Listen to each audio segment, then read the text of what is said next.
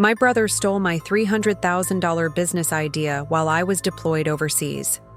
6 months later, he was driving a new BMW.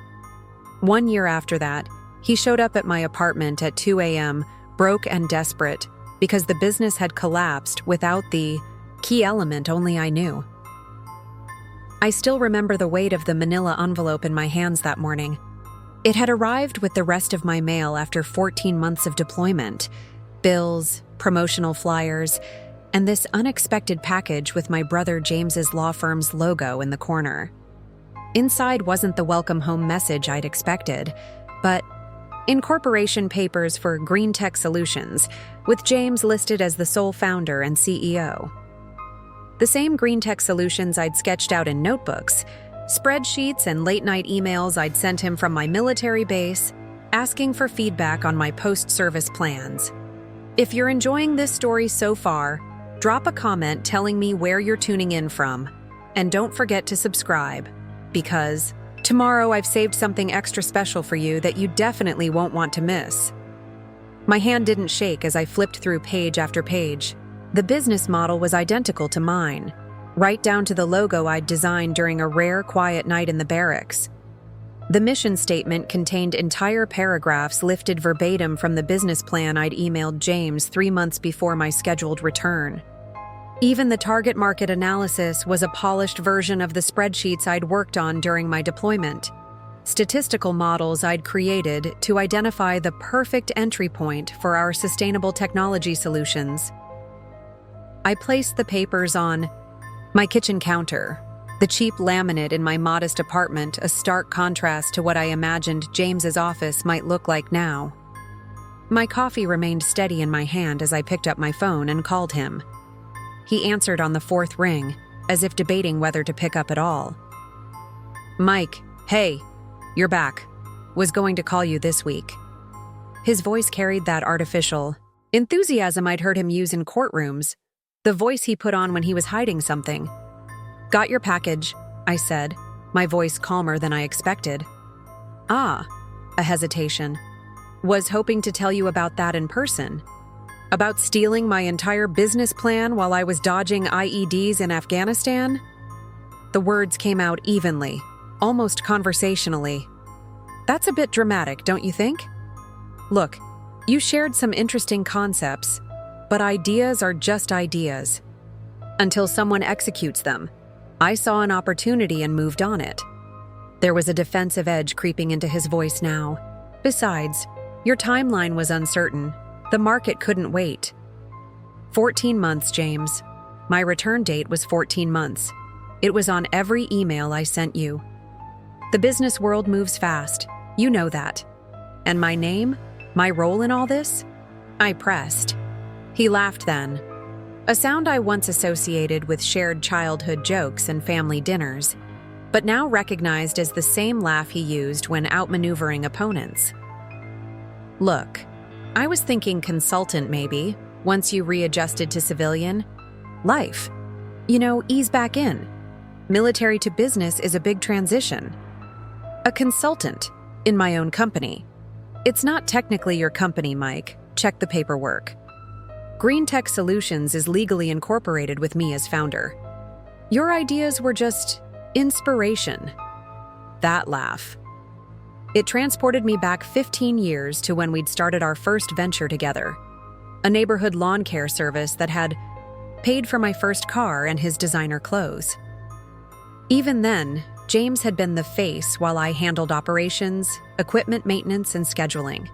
The difference was that back then, we'd been partners. "How's it doing?" I asked, deliberately, keeping my tone neutral. "Green Tech? Crushing it. Just closed a second round of funding. $300K injection last month. The sustainable energy monitoring systems are in beta testing with 3 major commercial clients." There was no mistaking the smugness now. "Should hit 7 figures next quarter. The energy monitoring systems. My energy monitoring systems. The ones I'd designed based on technology I'd worked with in the military, adapted for civilian commercial use. The innovation that would make the entire business model viable. That's impressive for a system missing its core component," I said. What are you talking about? The systems are functioning perfectly. I smiled slightly, though he couldn't see it. If that's what you think, then you didn't actually understand my designs. The silence that followed told me everything. James was smart. Law, school smart, negotiations smart, but he wasn't engineering smart. He'd never really grasped the technical elegance of what I'd created, the proprietary element that made my system different from anything on the market. "Is this your way of asking for a job?"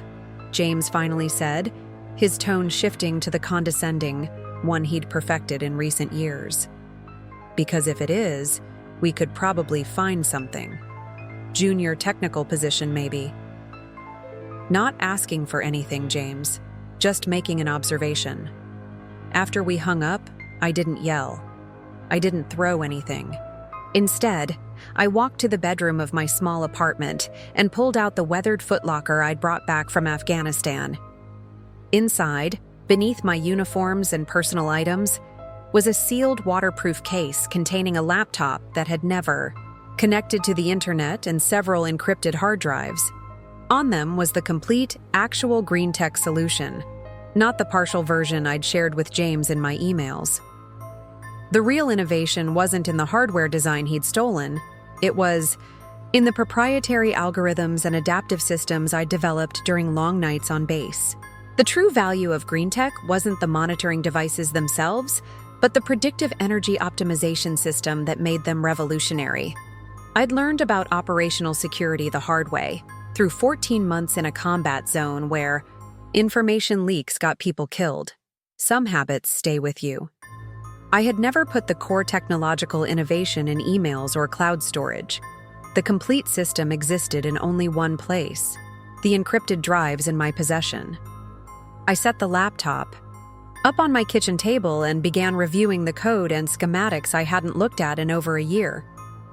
It was still elegant, still revolutionary, and still mine.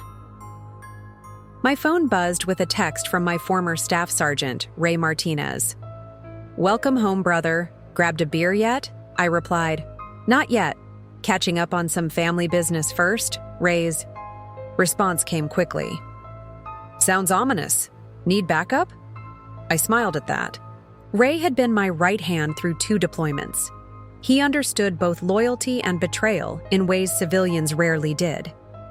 "Not yet," I texted back, "but I might soon." I spent the rest of that day methodically reviewing what James had actually managed to build from my partial plans. Green Tech Solutions had a slick website showcasing the monitoring hardware, attractive devices that looked like my designs, but lacked their full capability. There were testimonials from early clients, impressed with the basic energy usage tracking, but unaware of what the system should actually be capable of. The investor deck, which James had carelessly left accessible through a poorly secured cloud link mentioned in the incorporation papers, promised proprietary adaptive technology that would revolutionize commercial energy consumption. The same phrases I'd used in my business plan, describing technology that James didn't actually possess. As night fell on my first day back on American soil, I made myself a simple dinner and contemplated my options. The betrayal stung, not just the theft of my idea, but the easy dismissal of my contribution, as if my military service had been an inconvenient delay rather than a duty I'd chosen to fulfill. James and I had grown up just 15 miles from where I now sat, in a middle-class neighborhood where our parents had emphasized education and hard work equally. He'd chosen law school while I'd enlisted, a divergence in paths that had seemed natural at the time. We'd remained close through my first deployment, with weekly video calls and care packages. The distance had grown during my second tour, as his career accelerated, and his social circle shifted to fellow young professionals with expensive tastes. I'd noticed the changes but hadn't recognized the transformation until today, until I heard him laugh about taking something that wasn't his, as if it were simply a clever business maneuver rather than a betrayal of family. We come from a long line of stubborn people, James and I. Our grandfather had farmed the same unyielding piece of land for 40 years, refusing to sell to developers, even when money got tight. Our mother had worked 2 jobs to put herself through nursing school after our father left. I'd survived 14 months in some of the most hostile terrain on Earth through a similar stubborn refusal to be broken. James might have inherited the same trait, but he'd applied it differently, to climbing social ladders, to acquiring the trappings of success regardless of the methods required. Now that stubborn determination had been turned against me in his insistence that what he'd done was simply business, not betrayal. I opened my laptop again and began making notes. Not in anger, but in the methodical way I'd planned patrol routes and security protocols. If James wanted to treat this as business, then business it would be. I'd need legal advice, not from anyone in James's circle. I'd need technical documentation proving the origin and timeline of my work. And I'd need to understand exactly what James had promised investors and clients. This planning took us a lot of time, so if you're enjoying the story, please hit like and subscribe to our channel. It means the world to us. Now, let's get back to what happened next. By morning, I had the outline of a response. Not a confrontation, but a strategy. Methodical steps that would protect what was mine without destroying what he'd built.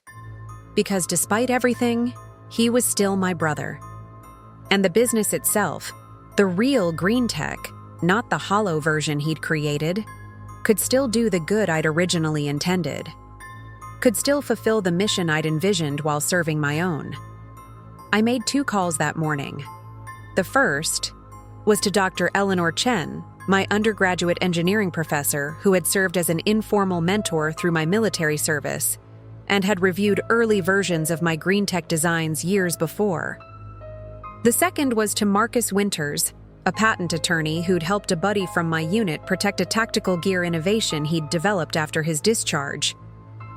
"This is textbook intellectual property theft," Marcus said after I'd explained the situation, his voice matter-of-fact rather than outraged. "But it's complicated by your familial relationship and the partial disclosure of the concept.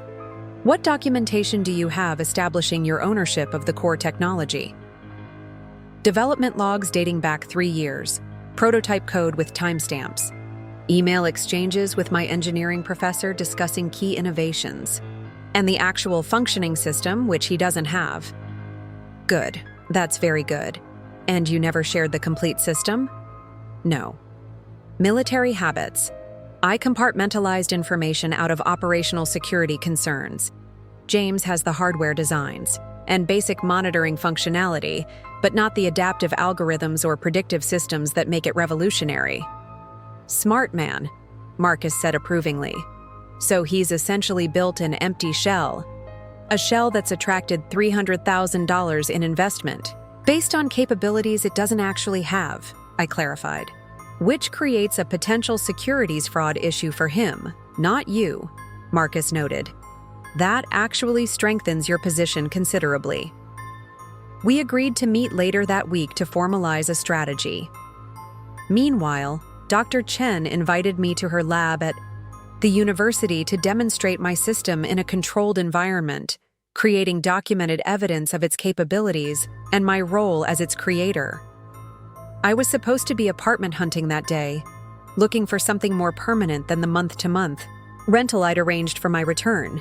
Instead, I found myself back in an academic engineering lab, connecting my prototype to the university's testing equipment under Dr. Chen's curious supervision. "You've refined it considerably since your last design review," she noted, watching. As the system came online, its adaptive algorithms immediately beginning to optimize the lab's energy usage patterns. "This predictive capacity is, well, it's remarkable, Mike. It uses pattern recognition principles similar to some of the threat detection systems I worked with during deployment," I explained, "but repurposed for energy optimization instead of identifying potential hostile activity." Dr. Chen shook her head, clearly impressed. "Military to civilian adaptation at its finest. And your brother is attempting to commercialize this without the core innovation?" "He's commercializing what he thinks is the complete system. He doesn't realize it's only the visible part of the iceberg. That's going to become evident to his clients very quickly, she observed. These baseline functions, she gestured to, the monitoring dashboard, are useful but not revolutionary. Without the adaptive system running behind them, it's just an expensive monitoring setup that any competitor could replicate, I finished for her. Precisely. She turned to face me fully. What are you planning to do, Mike? I considered the question carefully. Protect what's mine without unnecessarily destroying what he's built. She raised an eyebrow. That's a remarkably measured response to intellectual property theft. He's still my brother, I said simply. Family complicates everything, she agreed. But don't let that complexity lead you to accept less than you deserve. This system, she gestured to my laptop, could transform commercial energy management. That's your legacy, not his. As I packed up my equipment, Dr. Chen handed me a signed statement confirming her prior knowledge of my work and its innovative nature, dating back to well before James had incorporated green tech solutions. It was the first piece of formal documentation, establishing my claim to the technology, the first step in reclaiming what was mine. That evening, I received an unexpected text from James. Dinner tomorrow? There's someone I'd like you to meet.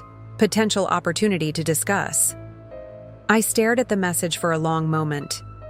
In the past 24 hours, James hadn't asked how my flight was, how I was adjusting to being back, or expressed any interest in my 14 months in a combat zone. Now he wanted dinner, with a potential opportunity that I suspected involved green tech in some capacity. Where and when, I replied, curiosity overcoming my initial impulse to decline. Vento, downtown. 7 p.m. Business casual. Vento was one of the most expensive restaurants in the city. The kind of place James had started frequenting in law school when he began cultivating connections with the city's business elite. I'll be there, I confirmed, already wondering what game he was playing.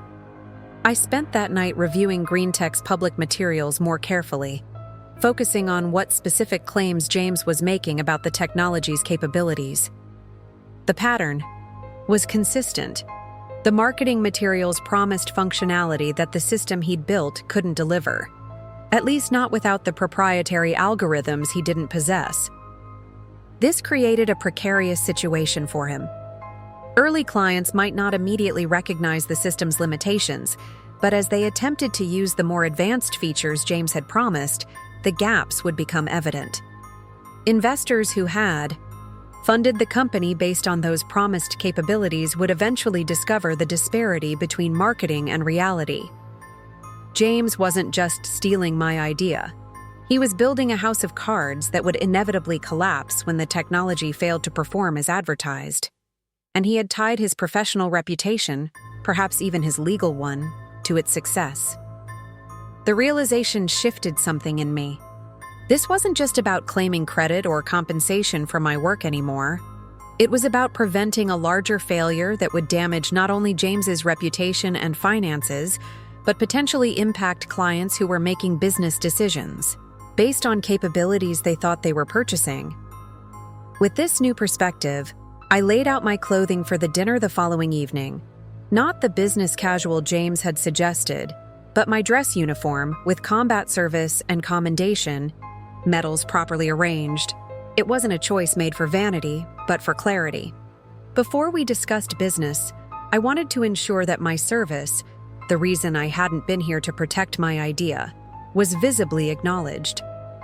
As I prepared for bed that first night back on American soil, my phone buzzed with another text from Ray. Found that beer yet? Tomorrow, I promised. Dealing with something first. Brother trouble?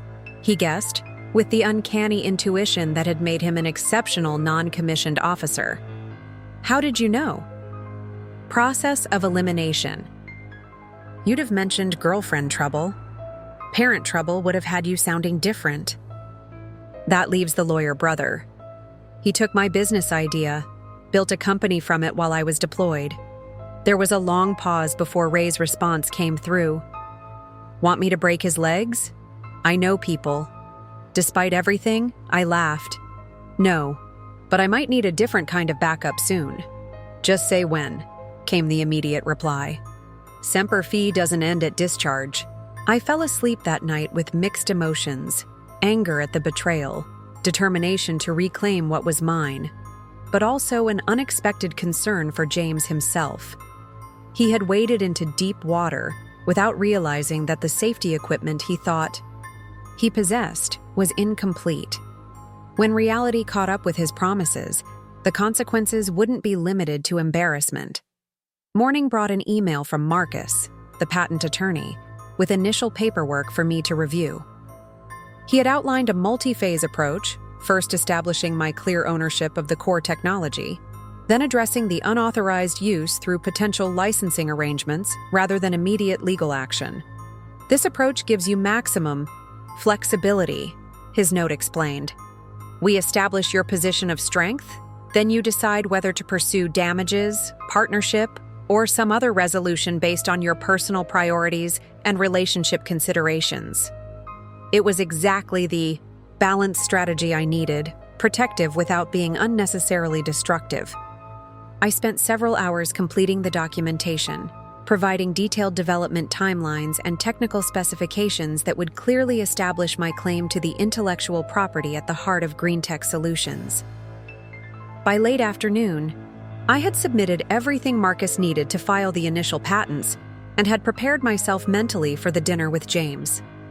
Whatever opportunity he wanted to discuss, I would listen with an open mind but complete clarity about where things stood. I arrived at Vento exactly at 7 p.m., my dress uniform drawing respectful nods from the restaurant staff and curious glances from diners. The maitre d' led me to a corner table where James was already seated with an older man in an impeccably tailored suit. James's expression when he saw my uniform was complex, a flash of surprise, followed by what might have been guilt, quickly masked by his professional smile. He stood to greet me, his handshake firm as always.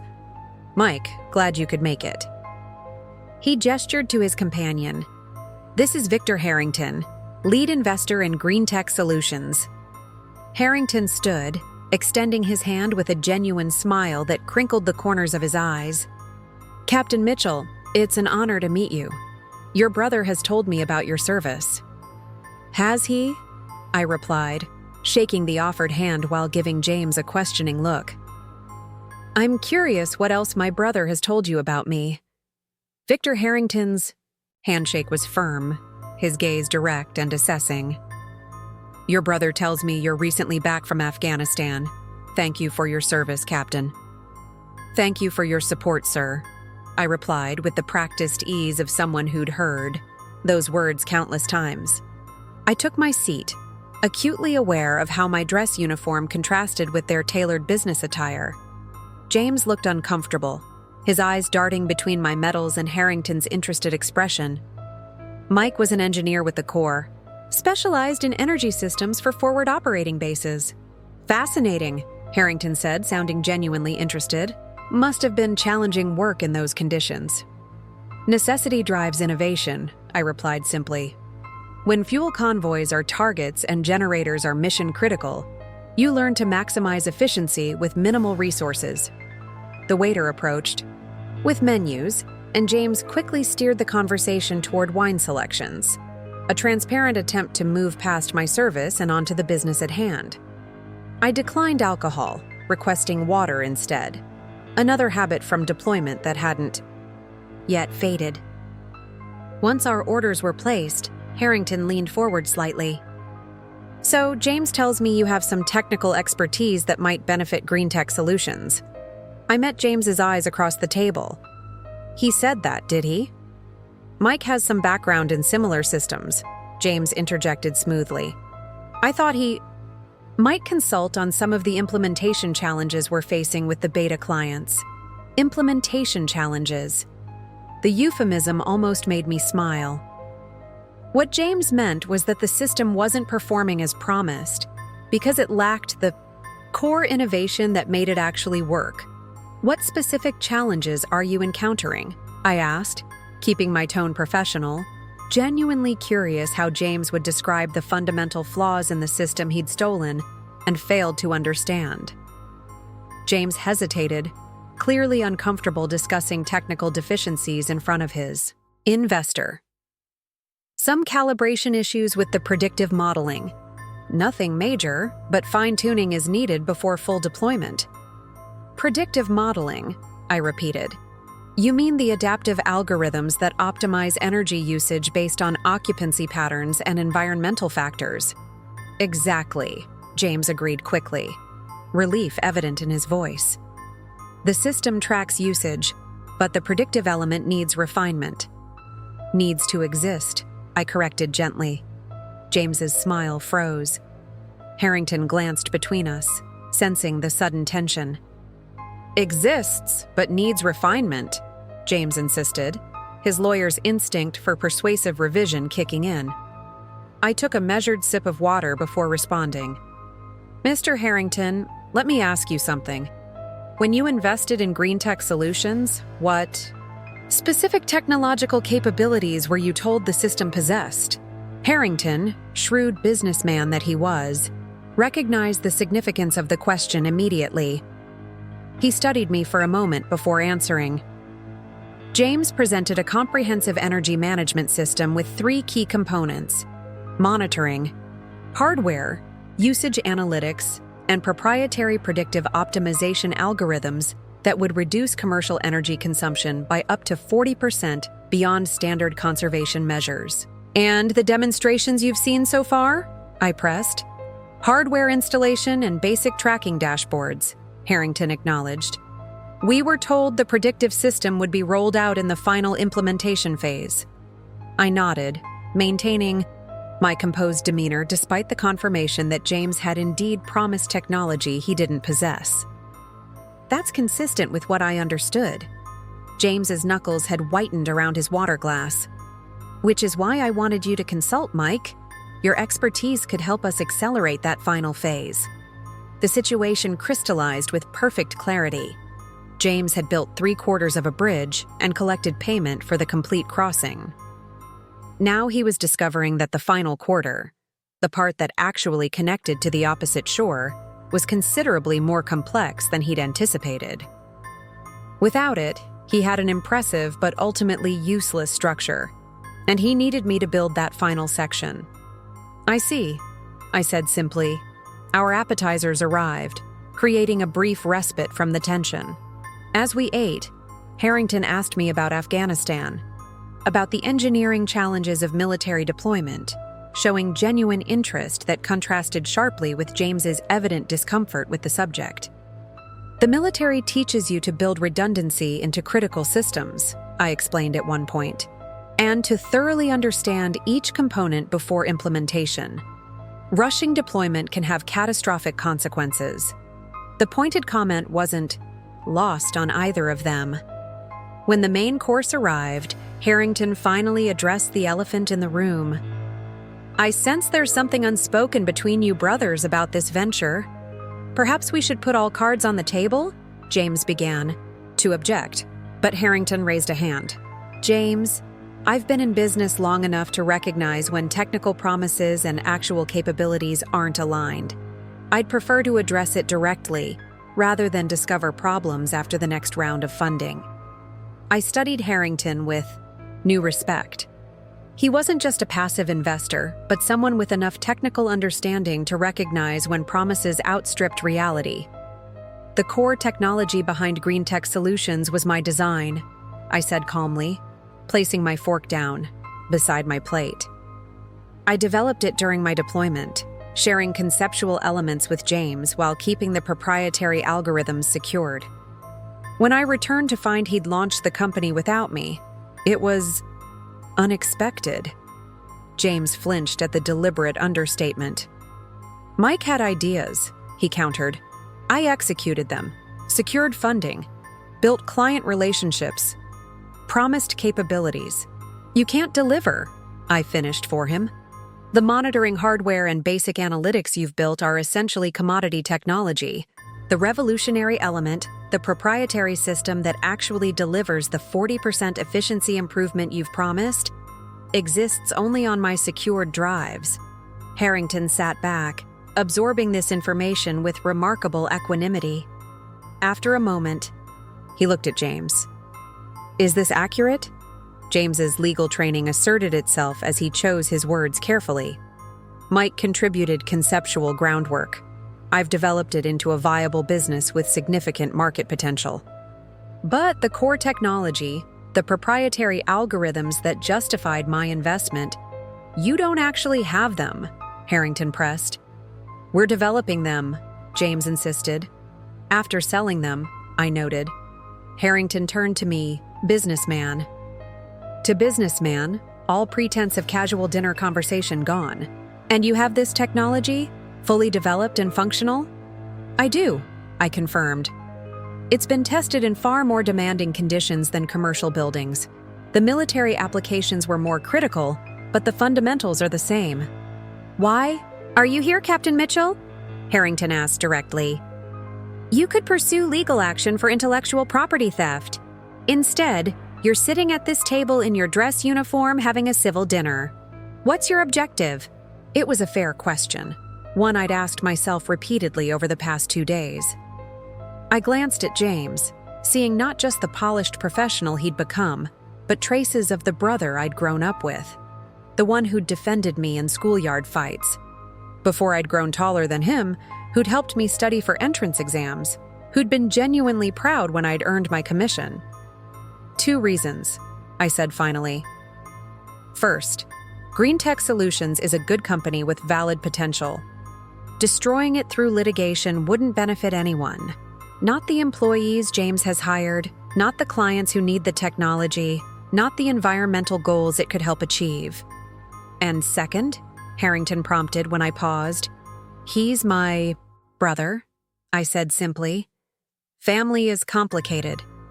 The statement hung in the air between us, heavy with unspoken history and obligation. James looked away, the first crack in his professional veneer revealing something that might have been shame. Harrington nodded slowly, seemingly reassessing both brothers in light of this exchange. So what do you propose? He asked. A course correction, I replied.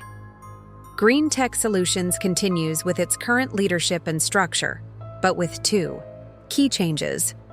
I join as Chief Technology Officer with appropriate equity compensation for my intellectual property contribution, and we implement the actual technology as promised to early clients and investors. James's head snapped up. You'd still work with me? After you stole my idea while I was in a combat zone? I finished for him. Yes, because the idea still matters. Because what Green Tech can become is bigger than either of us individually. The composed response wasn't what James had expected. He'd prepared for anger, for threats of lawsuits, perhaps even for public exposure. My measured approach had disarmed him more effectively than any display of anger could have. Harrington looked between us, then nodded decisively. This seems reasonable. James, your thoughts? Put on the spot. James hesitated. I could almost see the calculations running behind his eyes, the legal vulnerabilities, the technical impossibilities of delivering without my help, the potential collapse of everything he'd built. What equity split are you thinking? He finally asked, falling back on negotiation as familiar territory. 60-40, I said, reflecting both the original intellectual property and the business development you've accomplished. That's excessive, James countered automatically. I've built the entire operational structure, secured funding, for technology you don't possess, I reminded him gently. Technology that constitutes the actual value proposition of the company. Harrington cleared his throat. If I may, as the primary investor, I have an interest in resolving this efficiently. The equity split seems reasonable given the circumstances. More importantly, I want the technology that was promised. James recognized the shift in leverage. His primary backer was essentially siding with me, not out of family loyalty, but simple business logic. 50-50, James countered. Equal partners. I considered it. The percentage was less important to me than the principle and the path forward. Acceptable, with CTO title and full technical control of implementation. James nodded slowly. I can agree to that. Harrington's relief was palpable. Excellent. I'll have my legal team draw up the necessary amendments to the operating agreement. Captain Mitchell, how quickly can you implement the complete system? I can begin integration tomorrow, I said. With proper resources, we can have the first client fully operational within 3 weeks. 3 weeks? James looked startled. The technical team estimated months for the predictive system development. Because they're trying to create something I've already built, I explained. They're working from incomplete specifications, trying to reverse engineer a solution without understanding the fundamental architecture. For the first time, I saw James fully comprehend what he'd done. Not just the ethical breach of stealing, my idea, but the practical impossibility of executing it without me. The technology he'd been promising wasn't just documentation he could copy or principles he could replicate. It was innovation that required the creator's implementation. The rest of dinner proceeded with less tension, though conversation remained primarily between Harrington and myself, discussing technical details and implementation strategies. James contributed occasionally, mainly on business development and client relations, his actual areas of expertise. As we waited for dessert, Harrington excused himself to take a call, leaving us brothers alone for the first time that evening. Why? James asked quietly once Harrington was out of earshot. Why? Help me after what I did? The question deserved a thoughtful answer. I considered it carefully before responding. Do you remember Dad's workshop in the basement? I asked. How he'd spend hours down there building things that never quite worked. James nodded, clearly puzzled by the apparent non sequitur. He had ideas but lacked the technical skill to execute them properly, I continued. I used to watch him grow frustrated, abandoning one project after another. I promised myself I'd never be like that I'd acquire the skills to build what I envisioned. What does that have to do with green tech? You took my idea because you believed in its potential, I said. You were wrong to do it, but you weren't wrong about the vision itself. The technology can do exactly what you've been promising clients and investors. It can transform commercial energy management. It can make a difference. I leaned forward slightly. I didn't develop this technology just to own it, James. I developed it to implement it, to see it working in the world. Your actions were wrong, but they've actually accelerated deployment by establishing business infrastructure I might have taken years to build on my own. James studied me with new eyes. So this is pragmatic forgiveness? It's recognition that we have complementary skills. You understand markets and customers. I understand the technology. Together we can build something neither could build. Alone, like the lawn care business, he said, a ghost of a smile playing at his lips. Except this time with a fair partnership agreement in writing, I added. The tension between us hadn't disappeared, but it had transformed into something more manageable. A bridge under construction rather than a building in collapse. Harrington returned as our desserts arrived, and the conversation shifted to practicalities, next steps, paperwork requirements, and communication strategy for the team. By the time we finished dinner, we had a clear action plan for my integration into green tech and the implementation of the complete technology. Outside the restaurant, Harrington shook my hand with genuine enthusiasm. It's been a pleasure, Captain. I look forward to seeing the full system in action. After he'd departed in his town car, James and I stood on the sidewalk, the evening chill a sharp contrast to the warmth of the restaurant. My car's in the garage, James said awkwardly. Can I give you a ride? I'll walk, I replied. Need to clear my head. He nodded, hesitating as if wanting to say more but uncertain how to proceed. Finally, he simply said, I'll have the paperwork drawn up tomorrow. Good. I'll bring the technical documentation and begin knowledge transfer with your development team. Our development team, he corrected tentatively. Right, I acknowledged. Our team. As James walked toward the parking garage, I turned in the direction of my apartment, the night air crisp against my face. The composed response I'd maintained throughout dinner, the measured consideration of business realities over emotional reaction, had achieved what anger never could have. A path forward that preserved value while acknowledging truth. My phone buzzed in my pocket. Ray checking in. Beer tomorrow? Or still handling brother business? Brother business temporarily stabilized, I texted back. Beer definitely required for full debrief. Roger that. Murphy's at 8. The walk back to my apartment gave me time to process the evening's developments. The outcome wasn't perfect justice. James had still benefited from actions that were fundamentally wrong, but it was practical resolution. The technology would be implemented properly. The business would survive and potentially thrive. And, perhaps in time, the brotherhood that had been damaged might heal through shared purpose and mutual respect.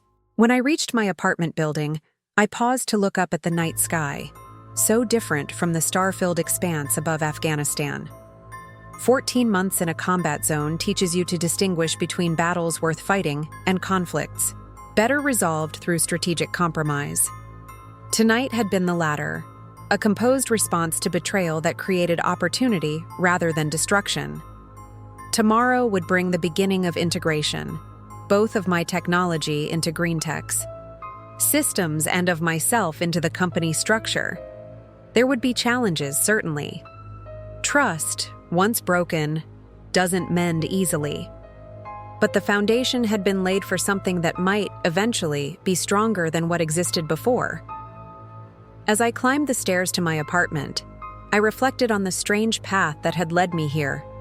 From military service to reluctant business partner, from betrayed brother to pragmatic collaborator.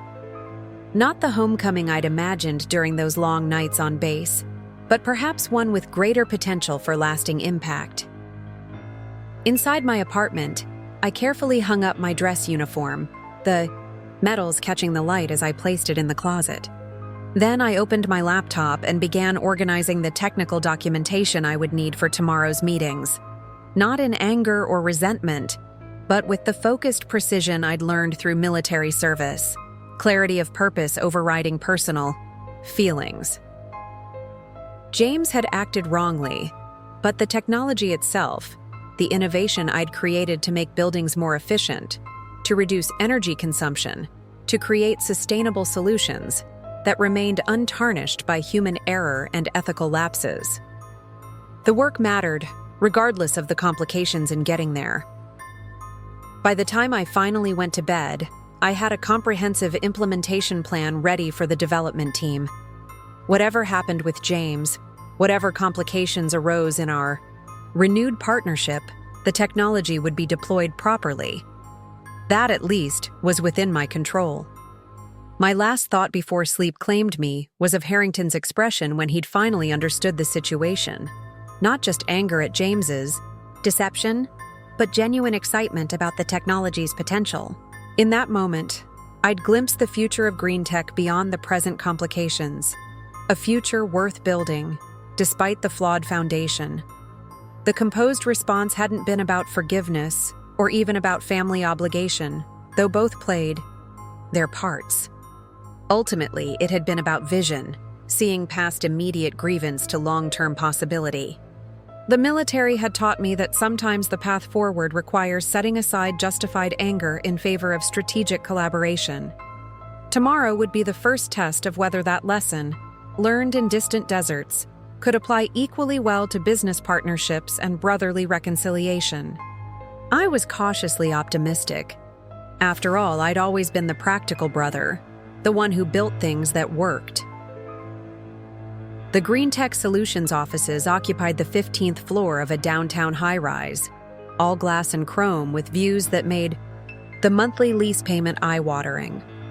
As the elevator ascended, I adjusted my tie and mentally prepared for what would likely be an uncomfortable introduction. James had texted early that morning, informing me that he'd called an all-hands meeting to announce my arrival and new role. Walking into the reception area, I saw my brother's influence everywhere. The sleek, minimalist furniture, the oversized company logo backlit on the wall, even the carefully selected art pieces that managed to be both modern and inoffensive. It was a space designed to impress clients and investors rather than to facilitate actual work. If you've enjoyed the story so far, make sure to leave a comment telling me where you're tuning in from. And don't forget to subscribe, because tomorrow, I have something extra special planned that you definitely won't want to miss. The receptionist smiled professionally as I approached. "Good morning. Welcome to Green Tech Solutions. How can I help you?" "Mike Mitchell. I'm meeting with James." Her expression shifted to one of recognition. "Oh, you're James's brother. He mentioned you'd be coming in today." She reached for the phone. "I'll let him know you're here." Before she could dial, James emerged from a hallway, dressed in a tailored navy suit that probably cost more than all the furniture in my apartment combined. His smile seemed genuine, if a bit nervous. "Mike, right on time." He extended his hand. For a formal shake, maintaining the professional facade despite our personal history and last night's conversation. The teams assembled in the conference room. The tension between personal and professional felt surreal. My brother introducing himself to me via handshake, as if we hadn't shared bunk beds until I was 12. But I recognized the performance for what it was. James establishing boundaries and context for our new working relationship.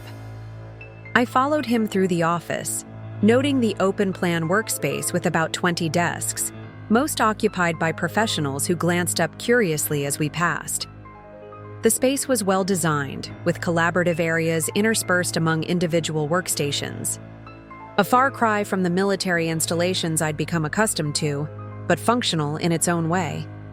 "How many staff?" I asked quietly as we walked. 28 total, James replied. 12 in development, 8 in sales and marketing, 4 in operations, 3 in admin, plus me." He paused. "And now you." The conference room door was glass, like nearly everything else in the office. Through it, I could see about 15 people seated around a large table, with others standing around the perimeter. All eyes turned toward us as James pushed the door open.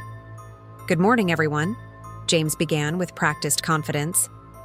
"Thank you for adjusting your schedules for this impromptu meeting. I have some significant news to share regarding Green Tech's leadership and our technical direction." I stood slightly to the side, observing the assembled team. They were predominantly young professionals, most appearing to be in their late 20s to early 30s. The development team was easy to identify.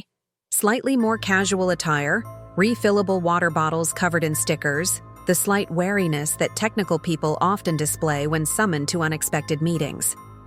"This is Michael Mitchell," James continued, gesturing toward me. "As some of you may know, Mike is my brother, but more relevantly, he's a recently discharged captain from the Marine Corps Engineering Division, specializing in energy systems for forward operating bases."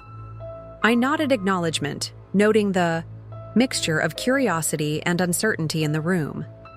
These people had been hired by James, had bought into his vision, and were now witnessing an unexpected shift in leadership dynamics. "What many of you don't know," James continued, his voice steady despite what I recognized as discomfort, "is that Mike was instrumental in the original conceptual development of our core technology during his deployment." A slight murmur ran through the room, eyebrows raised, particularly among the development team. Effective immediately, Mike will be joining Green Tech Solutions as Chief Technology Officer and co-owner, with a specific focus on implementing the advanced predictive algorithms that represent the next phase of our system deployment. The reaction was mixed and subtle. Relief from some developers who had likely been struggling with impossible specifications, confusion from others who hadn't been aware of implementation challenges, and wariness from a few who clearly understood that significant changes were coming. "I'll let Mike introduce himself properly," James concluded, stepping back with a gesture that ceded the floor to me. I stepped forward, deliberately keeping my posture relaxed and my tone conversational. Good morning. As James mentioned, I'm Mike Mitchell. Until 2 days ago, I was serving as an engineering officer in Afghanistan, working on energy optimization systems for bases where fuel deliveries could be delayed by anything from sandstorms to enemy activity. The room was attentive now, the military background providing a context that differed dramatically from the typical tech executive introduction. The core algorithms that drive green tech's predictive capabilities were developed under those conditions, where efficiency wasn't just about cost savings, but operational necessity. I'm looking forward to working with all of you to implement the complete system as designed. A hand went up from the development section, a woman with short-cropped hair and intense focus. Eliza Chen, lead developer, she introduced herself. We've been working on the predictive system for 3 months with limited success. What exactly are we missing? It was a direct question that cut straight to the heart of the issue. I appreciated her forthrightness. A fundamental architectural approach, I replied honestly. The system isn't just about adding predictive capabilities to the monitoring platform.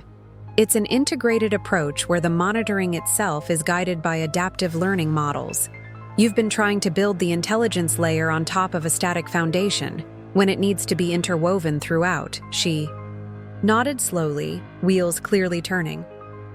That would explain a lot of our integration challenges. I have the complete technical specifications and implementation roadmap, I added. I'd like to spend today with the development team, reviewing the architecture and planning our approach. James cleared his throat. I've adjusted today's schedule to facilitate this knowledge transfer. Eliza, can you assemble your team in the development lab after this meeting? She nodded, still processing the implications. For everyone else, James continued, this represents an acceleration of our product roadmap, not a change in direction. The capabilities we've promised to clients and discussed with investors are exactly what Mike's technology will deliver. Sales and marketing materials remain accurate in terms of end functionality, though the implementation timeline will be condensed. A middle-aged man in a crisp button-down raised his hand. Craig Bishop, head of sales. What's our message to existing clients who have the current system installed? Will there be compatibility issues? It was a good question that highlighted the practical challenges of the situation. I looked to James, curious how he would frame the answer. The current deployments will be upgraded in place, James replied smoothly. No hardware changes required, just software implementation. Mike will work with Eliza's team to prioritize client sites based on contractual obligations. The transition should be seamless from the client perspective, I added. The monitoring? Dashboards they're currently using will remain, with enhanced capabilities appearing as new features rather than system replacements. Craig nodded, apparently satisfied with this approach. A few more operational questions followed, which James handled with the practiced ease of someone accustomed to managing business transitions. Throughout, I noted his careful framing of my arrival as an enhancement rather than a correction, a diplomatic approach that preserved the team's confidence while acknowledging the reality of the situation. As the meeting concluded and people filed out, several team members approached to introduce themselves personally. The reception was cautiously positive. A new technical leader was being viewed as an asset rather than a threat, at least initially. Eliza lingered until the room had mostly emptied. So, she said, direct as before, we've essentially been trying to build something without the correct blueprints. That's an accurate assessment, I acknowledged. She didn't seem angry, just pragmatically resigned. I told James 3 weeks ago that something fundamental was missing from our specifications. The architecture wasn't cohesive. She glanced toward the door where James had exited. He assured me it was just a matter of continued development. Because he didn't know what was missing, I said quietly. He understood the concept, but not the implementation. She studied me for a moment, then nodded. Development lab is down the hall on the right. I'll gather the team. She paused. Just to be clear, you actually have working code, not just conceptual. Designs? Fully functional implementation, tested in military applications. It will need adaptation for commercial deployment, but the core architecture and algorithms are complete. Her expression shifted to cautious optimism. That would be extremely helpful. We've been spinning our wheels for months. After Eliza left to gather her team, James returned to the conference room, closing the door behind him. That went better than I expected, he said, loosening his tie slightly. You presented it well, I acknowledged. Minimize disruption while setting expectations. He nodded, then hesitated before asking, how bad is it? The technical gap, I mean. Eliza's been raising concerns for weeks, but I assumed it was just normal development challenges. The gap is significant, I replied honestly. What you have is maybe 30% of what you've been promising. The monitoring and basic analytics are functional, but the predictive and adaptive elements, the parts that deliver the revolutionary efficiency improvements, those don't exist in your current implementation. James winced slightly. That's why Harrington was getting concerned. The initial client deployments haven't shown anywhere near the performance improvements we projected. And they wouldn't, without the core algorithms, I confirmed. But the good news is, implementation should be relatively straightforward now that we have the complete architecture. 3 weeks was a reasonable estimate for the first client deployment. And you're really willing to do this? To step in and fix what He trailed off. What you broke. I finished for him. Yes, but not for you, James. For the technology itself, for the team you've assembled, and for the clients who need these solutions. He nodded slowly. Fair enough. The paperwork should be ready this afternoon. The partnership agreement, equity distribution, employment contract for the CTO position. I'll review it with Marcus, I said, referring to my patent attorney. Of course, James agreed, a flicker of the lawyer in him recognizing the prudence of independent legal review. Eliza's team is solid, frustrated by the technical limitations, but solid. They'll execute well once they have proper direction. That's the impression I got, I agreed. I should head there now. They're waiting. James extended his hand again, the formal gesture still feeling strange between brothers. Thank you, Mike. I mean it. I shook his hand briefly. Don't thank me yet. We have a lot of work to do to deliver what you've promised. The development lab occupied the northwest corner of the office, with windows on 2 sides providing natural light. 8 developers were gathered when I arrived, Eliza having apparently collected everyone regardless of their current projects.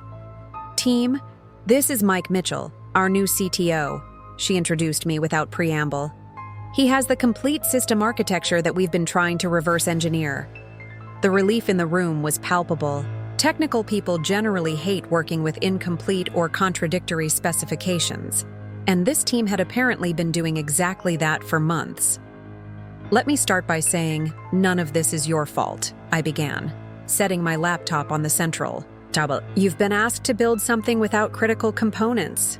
That ends today. For the next 4 hours, I walked them through the complete system architecture, the integrated approach that made the adaptive algorithms work, the machine learning models that enabled true predictive capabilities, and the hardware integration, specifications that allowed for optimal data collection. The team was sharp, asking insightful questions and quickly grasping concepts once they were properly explained. By lunchtime, you could feel the energy shift from frustrated resignation to excited engagement. This is brilliant, said a younger developer named Tyler, examining the pattern recognition algorithms I designed for identifying usage anomalies. You're using principles from threat detection systems for energy pattern analysis. Exactly, I confirmed. In Afghanistan, we repurposed security monitoring tools to optimize generator usage based on predicted demand cycles. The same principles apply to commercial buildings, just with different usage patterns and optimization goals. And this has been implemented successfully? Asked another developer, Ryan, who specialized in system integration. In 6 forward operating bases, I confirmed. With average fuel usage reductions of 43% while maintaining operational readiness. Commercial applications should see similar efficiency improvements, possibly better given the more predictable usage patterns. Eliza had been unusually quiet, absorbing the technical details while scribbling notes in a moleskin notebook. Finally, she looked up, her expression a mixture of admiration and annoyance. "This would have saved us 3 months of dead-end development," she said flatly. 3 months of my team trying to build something fundamental that wasn't in the specs. "I know," I acknowledged, "and I'm sorry you were put in that position." She studied me for a moment, then nodded slightly. "Not your fault. But we need to be clear going forward. Full transparency on technical specifications, no marketing promises without engineering validation." "Agreed completely," I said. "That's how I've always worked." "Good." She straightened up. "So, what's our implementation plan?" We spent the afternoon developing a phased approach, prioritizing the 3 beta clients already using the basic system. By day's end, we had a comprehensive roadmap, task assignments, and a realistic timeline for full deployment. As the team dispersed for the day, Eliza remained behind. "You know," she said conversationally, "when James hired me 6 months ago, he described a revolutionary energy management system that would transform commercial building efficiency. I took the job because the technical challenge was fascinating. And then you discovered the challenge was even greater than anticipated," I observed. "Because half the system didn't exist," she confirmed dryly. "I almost quit last month, told James we needed to fundamentally rethink the approach or scale back our promises to clients. What did he say? That additional investment was coming that would solve our technical challenges." She gave me a pointed look. "I guess he meant you." "Not exactly what he had in mind," I admitted, "but effectively what's happening." She packed up her laptop, considering me thoughtfully. "Family businesses are complicated. Just to be clear, I work for Green Tech, not for either Mitchell brother specifically. My loyalty is to building something that works as advertised. That's exactly where my loyalty lies too," I assured her. "The technology is what matters most. It's why I'm here despite the complicated circumstances." "Then we'll be fine," she concluded, heading for the door. "See you tomorrow, boss. Bring coffee. It's going to be a long day." As the office emptied for the evening, I remained in the development lab. Sunday evening arrived with an uncomfortable inevitability. I'd spent the past 4 days immersed in Green Tech's technical implementation, building a comfortable rhythm with Eliza's team that made it almost possible to forget the circumstances that had brought me there. Almost. As I parked in front of my mother's familiar craftsman home, the same house where James and I had grown up, that temporary amnesia evaporated completely. This wasn't just another family dinner. This was the first time Mom would see us together since my return, unaware of the business turmoil and betrayal that had transpired between her sons.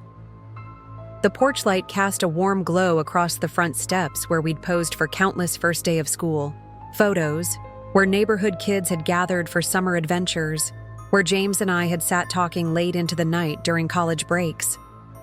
Every corner of this property held memories of a brotherhood that now felt fundamentally altered. I was reaching for the doorbell when the door swung open, revealing Mom in her Sunday dinner apron, eyes bright with welcome. "Michael!" She pulled me into a fierce hug, the familiar scent of her perfume, the same brand she'd worn my entire life, momentarily whisking me back to simpler times. "Let me look at you." She held me at arm's length, examining me with the careful scrutiny that only mothers can master. At 58, Catherine Mitchell remained a striking woman, her once dark hair now silver but styled in the same practical bob she'd worn throughout my childhood, her posture straight from years of nursing work, her eyes sharp and assessing. "You've lost weight," she declared, the diagnostic tone of a medical professional mixing with maternal concern. "Afghanistan food not up to standards?" "Military rations, Mom," I replied with a small smile. "Not exactly home cooking, Well, we'll fix that tonight. She ushered me inside, the house unchanged from my last visit over a year ago. The same comfortable furniture, the same family photos lining the hallway, the same faint scent of lemon furniture polish and whatever was cooking in the kitchen. James is already here, she added, a note of pleased satisfaction in her voice. In the kitchen, attempting to open wine without breaking the cork. Again. Her casual mention of James, as if everything were normal, created a curious hollowness in my chest. Of course she didn't know. Why would she? James certainly wouldn't have volunteered the information, and I'd been too focused on the business situation to call and explain. How nice, I managed, following her down the familiar hallway toward the kitchen. James stood at the counter, dressed casually in designer jeans and a button-down shirt that probably cost more than my entire outfit, wrestling with a corkscrew and a bottle of what appeared to be expensive Cabernet. He looked up as we entered, his expression a careful neutral. "Mike, you made it." The greeting was cordial but cautious. "Wouldn't miss Mom's cooking," I replied with equal caution. Mom glanced between us, her expression shifting subtly. After raising 2 boys alone, she'd developed a preternatural ability to detect tension between us. "Everything okay with you two?" "Of course," James answered smoothly, finally extracting the cork with a satisfying pop. "Just tired from a busy week at the office." "The office?" Mom's eyebrows raised slightly as she turned to me. "Are you working with James now?" "You didn't mention that in our calls." I met James's eyes briefly across the kitchen. A silent question passed between us. How much to share, how to frame the situation, how to navigate this first family dinner without disrupting the carefully maintained peace. "It's a recent development," I replied carefully. "I joined Green Tech as Chief Technology Officer this week." "CTO?" Mom's face brightened with obvious pride. "That's wonderful. My 2 boys working together, just like the lawn care business when you were teenagers." She turned to stir something on the stove, missing the loaded glance that passed between her sons. "I always thought you two complemented each other perfectly in business." "We do have complementary skills," I agreed, the statement technically accurate if incomplete. James poured 3 glasses of wine, handing one to Mom and extending another to me with what appeared to be deliberate casualness. "Mike's engineering expertise is exactly what Green Tech needed to move forward with our advanced implementations." I accepted the wine with a nod, noting his careful phrasing, technically true while avoiding any mention of the circumstances. Typical lawyer speak, framing facts in the most favorable light without technically lying. "So you're putting your military engineering experience to work in the private sector?" Mom observed, placing a casserole in the oven. "That must be a nice change of pace from Afghanistan." "It's certainly different," I acknowledged. "Less sand, better coffee, similar. Challenges in resource optimization." "Well, I want to hear all about it over dinner," she said, setting a timer, "which will be ready in about 20 minutes. James, why don't you show Mike what we did with the backyard while he was deployed? The new garden is coming in beautifully." It was a transparent attempt to give us brothers time alone, Mom's way of facilitating what she likely perceived as simple reunion adjustment. If only she knew the true complexity of the situation. "Sure," James agreed, gesturing toward the back door with his wine glass. The landscaping turned out well. We stepped onto the back deck in awkward silence, the familiar backyard now transformed with raised garden beds, a stone path, and carefully selected ornamental trees. Mom had always loved gardening, a hobby she'd had precious little time for during our childhood when she'd worked double shifts to support us after Dad died. "Mom's garden looks great," I observed, taking a sip of the wine, which was indeed excellent. James had always had expensive taste, even before he had the means to indulge it. "She started it last spring," James replied, leaning against the deck railing. "Said she needed a project to keep her mind occupied while you were deployed. Something about growth and renewal while her son was in a war zone." The comment landed like a weighted stone, a subtle reminder of what I'd been doing while he'd been building a company from my stolen idea. Interesting choice of words, I noted quietly. James winced slightly, swirling the wine in his glass. I didn't mean it like that. Didn't you? I turned to face him directly. Because it feels like we're dancing around the elephant in the room. James, are we going to pretend everything's normal during family dinner? What would you prefer? He asked, his voice low to avoid carrying back to the house. That we have it out here on Mom's deck? That I confess to her that I stole your business idea while you were deployed, and you explain how you're magnanimously saving me from my own inadequate understanding of the technology? The blunt assessment, the first time he'd actually admitted the theft in so many words, caught me off guard. At least that would be honest. And what purpose would it serve? James countered. Beyond hurting Mom, who's been counting down the days to having both her sons at dinner again? He had a point, though I was reluctant to acknowledge it. Mom had raised us alone after Dad's sudden heart attack when I was 10 and James was 12. She'd worked impossible hours as a nurse to give us opportunities, had never remarried despite opportunities, had focused her entire life on ensuring her sons had what they needed to succeed. The thought of ruining her celebratory dinner with the ugly reality of our situation felt unnecessarily cruel. Fine, I conceded. We maintain the facade for tonight. But this conversation isn't over, James. I know, he acknowledged quietly. And for what it's worth, I've been thinking about what you said at the restaurant. About us having complementary skills, about building something neither of us could create alone. And I think you were right. He turned to look out over the garden, his profile outlined against the setting sun. The past 4 days, watching you work with the development team, seeing how quickly you solved problems that had been stalling us for months. It's been illuminating. It wasn't quite an apology, but it was perhaps the closest thing to an admission of wrongdoing I'd heard from him since my return. The technology always needed both components, I observed. The hardware monitoring systems you've implemented and the algorithmic intelligence I developed. Neither works to full potential without the other. Like us, James suggested cautiously. The business development and the technical innovation, the front end and the back end. That would be a convenient narrative, I acknowledged, unable to keep the edge from my voice. Except for the part where you tried to cut me out entirely. He flinched visibly. I made a serious mistake. I've acknowledged that. Have you? Because it sounded more like you got caught implementing technology you didn't understand, and now you're reframing it as a partnership that was always meant to be. That's not fair, James protested, though without much conviction. Isn't it? You sent me incorporation papers, James, as a surprise, with yourself as sole founder, after I'd shared my ideas and plans with you for over a year.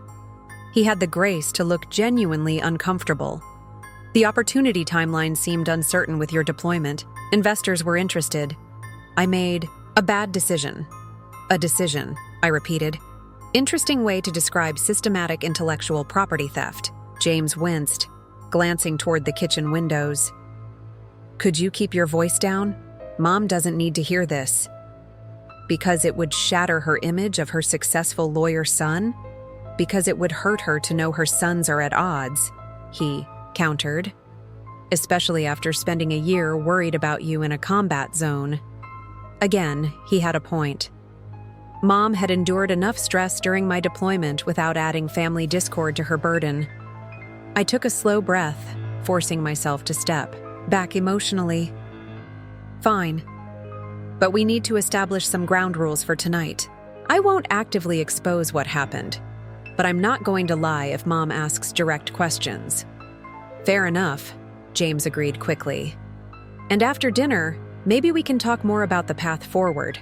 The business is showing real promise now that we have the complete technology implementation underway. The business was always promising, I corrected. That's why you took it. Before James could respond, Mom called from the kitchen that dinner was ready. We returned inside, the conversation suspended, but the tension merely papered over rather than resolved. Dinner itself was a masterpiece of Mom's home cooking, her famous lasagna, garlic bread, and a salad from vegetables grown in her new garden.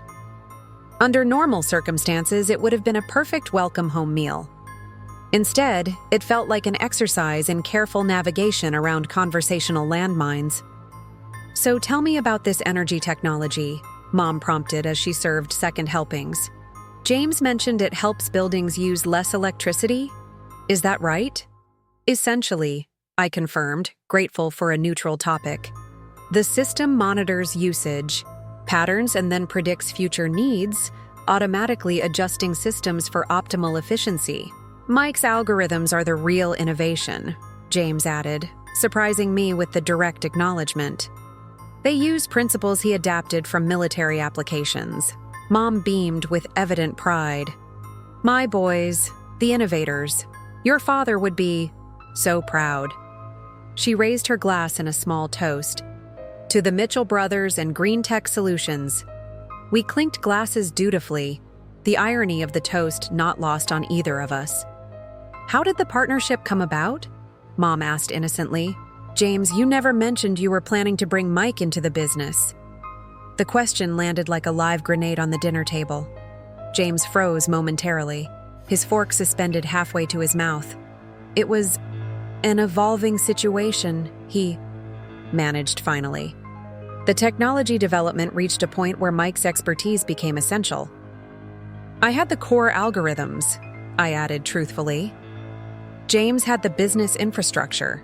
Combining them made sense." Mom nodded, apparently accepting this simplified explanation. "Just like when you boys were younger, James handling the customer, service for the lawn business, Mike keeping the equipment running and creating those scheduling systems." She smiled reminiscently. "You two were always stronger together than apart." The comment hung in the air between us, loaded with unintended significance. We had been stronger together, a fact that made James's attempt to go it alone with my technology all the more pointed a betrayal. "Sometimes we need reminding of that fact," I said quietly, meeting James's eyes across the table. He had the grace to look away first. "The business is certainly stronger with both of us involved," he acknowledged. Mom glanced between us, her nurse's intuition clearly sensing the undercurrents. "Is everything all right with you two? There seems to be some tension." "I'm missing." "Just adjusting to the new working relationship," James replied smoothly. "Mike's been back less than a week, and we're already neck-deep in technical implementations." "It's a significant transition," I agreed, opting for the partial truth. "From military service to private business, from independent development to partnership. We're finding our rhythm." Mom studied us both with the penetrating gaze that had detected countless childhood fibs. "Partnership adjustments. That's all it is?" "That's the central issue," I confirmed, technically honest if not complete. She nodded slowly, not entirely convinced but willing to accept the explanation for now. "Well, partnerships take work, especially between brothers. You two are different. Enough to complement each other, but similar enough in the Mitchell stubbornness to occasionally butt heads. Mom wisdom at its finest," James commented with a forced smile. "I've had years of practice mediating between you two," she reminded us. "From elementary school projects to that summer, you nearly came to blows over the direction of the lawn care business." The memory was pointed. "The summer before I left for college, James had wanted to expand our lawn service into a full landscaping business, taking on debt for equipment and hiring employees. I had advocated for keeping it small and manageable, focusing on quality over growth. The disagreement had nearly ended our business relationship before I'd eventually conceded to his vision. History has a way of repeating itself, I observed quietly. "Let's hope not entirely," James replied, equally quiet. "Some parts are better left in the past." Mom's gaze sharpened at this exchange. "All right, Enough dancing around whatever this is. What's actually going on between you two? The directness of the question left no room for evasion. James and I exchanged glances, a silent negotiation about how much to reveal. We had a disagreement about the formation of green tech. I finally said, choosing my words carefully, about credit for the core technology and the ownership structure. A significant disagreement, James added, surprising me with his candor. One that we're still working through, but that we've reached a working arrangement on. Mom sat down, her fork giving us her full attention. I see. And this disagreement happened when, exactly? It came to light when I returned from deployment, I explained. The company had been formed while I was overseas. Understanding dawned in Mom's eyes as she pieced together the implications. James Mitchell, she said in the tone that had stopped. Us in our tracks as children. Did you start this company using Michael's ideas without consulting him? The direct question left no room for lawyer speak or corporate euphemisms. James hesitated, then sighed. It's complicated, Mom. Uncomplicate it, she directed firmly. James glanced at me, then back to our mother. Yes, he admitted finally. I formed Green Tech based on technology Mike had been developing and sharing with me during his deployment. I saw a market opportunity and moved forward without waiting for his return or formally including him in the initial structure. The stark admission hung in the air between us. Mom's expression shifted from confusion to disappointment, her gaze fixed on her eldest son. James, she said quietly, I raised you better than that. The simple statement, delivered without anger, but with profound disappointment, seemed to affect James more deeply than any of my confrontations had. He looked down at his plate, unable to meet her eyes. I know, he acknowledged. It was wrong. And you, Mom turned to me. You're still willing to work with him after this? The technology deserves to be properly implemented, I explained. The company has clients, employees, investors who depend on it. Destroying all that out of personal anger wouldn't benefit anyone. Mom studied me for a long moment, then nodded slightly. Always the practical problem solver, even as a child. We've restructured the company, James added. Equal partnership.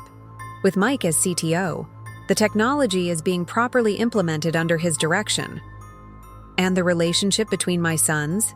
Mom asked pointedly. Is that being properly restructured as well? The question cut to the heart of the matter more directly than any legal document or business arrangement could.